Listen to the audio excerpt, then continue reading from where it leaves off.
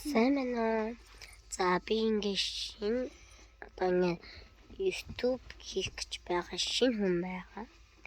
Тэгээ намайг Аргун гэдэг. За энэ бүтэн нэрээ Аргун шүү дээ. За би ингээ Сүхбаатар аймгийн Намзуут суманд амьдардаг. Би 3 дугаар анги шалтгаалж. За тэгээд би энэ одоо ингээ чаймын хичээг үздэг. За тэгээд чаймын хичээд дуурайж шинэ бичлэг ингээд дараа 7 хоногийн 5 дахь хийх байгаа. Тэр бичлэгэн дээр юу юмш чи ямар ч байсан тийм юм хийн.